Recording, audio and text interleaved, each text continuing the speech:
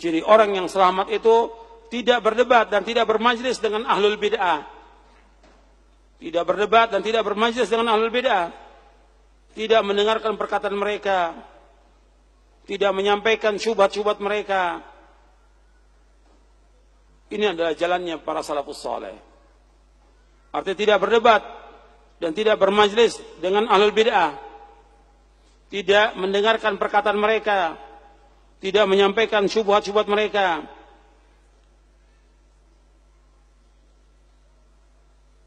Jadi kita tidak boleh mendengarkan kajiannya ahlul bid'ah, nggak boleh. Duduk dengan mereka bersama-sama jadikan teman mereka, nggak boleh.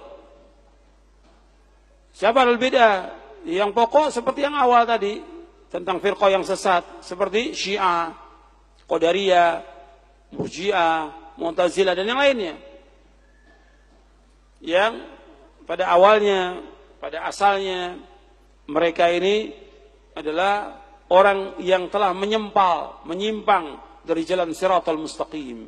Yang nanti berkembang lagi tentang ahlul bid'ah ini. Sebagaimana dijelaskan oleh Syekhul Islam, Ibnu Taimiyah dan yang lainnya. Jadi nggak boleh kita mendengarkan perkataan-perkataan mereka yang bid'ah-bid'ah itu. Bahkan belajar nggak boleh. Bab Nabi bersabda SAW, Inna min asyratis sa'a yultamasal ilmu indal asagir. Di antara tanda kiamat orang belajar kepada al-asagir. Dikatakan oleh Abdullah ibn Mubarak yang dikatakan asagir ahlul bid'ah. Nggak boleh kita belajar ilmu kul ahlul bid'ah, nggak boleh selama-lamanya. Nggak boleh juga duduk bermajlis, berdebat dengan mereka, nggak boleh. Tinggalkan.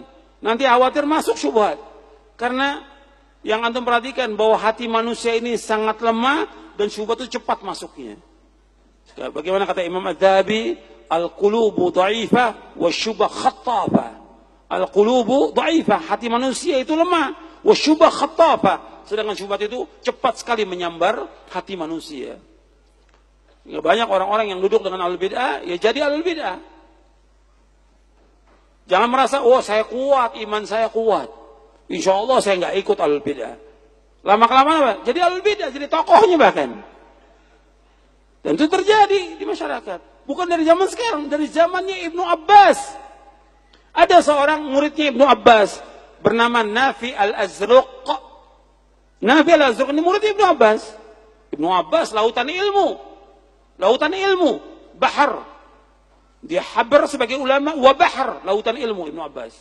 Yang didoakan oleh Nabi yang paham tentang Al-Qur'an dan isinya Ibnu Abbas ini. Murid Ibnu Abbas. Dia bergaul dengan apa? Dengan ahlul bid'ah, dengan khawarij. Mungkin dia yakin bahwa dia insya Allah nggak akan kena. Karena muridnya orang alim. Akhirnya terjadi apa? Syubhat masuk sampai dia menjadi tokoh khawarij. Nafi al-Azruq ini. Dan itu terjadi. Dan akan terjadi seperti itu juga. Makanya nggak boleh berteman dekat dengan ahlul bid'ah. Nggak boleh. Duduk dengan mereka nggak boleh. Bermajlis dengan mereka nggak boleh. Apalagi debat dengan mereka. Jangan debat dengan ahlul bid'ah. Kecuali kalau memang orang-orang yang ingin mencari kebenaran. Dia munaqasyah, tujuannya untuk mencari kebenaran, bukan hawa nafsu. Itu boleh bagi siapa? Orang yang alim. Seperti Syekhul Islam Ibnu Taimiyah berdebat dengan tokoh al-bid'ah. Memang dia orangnya. Syekhul Islam rahimahullah rahmatan wasi'ah. Orang alim yang menguasai semua disiplin ilmu. Semua di sini dikuasai oleh Syekhul Islam.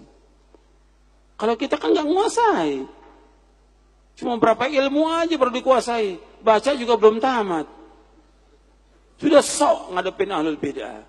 Akhirnya apa? Berbangga ahlul bid'ah. Tuh saya sudah tundukkan fulan. Akhirnya apa? Rusak nama dakwah ini.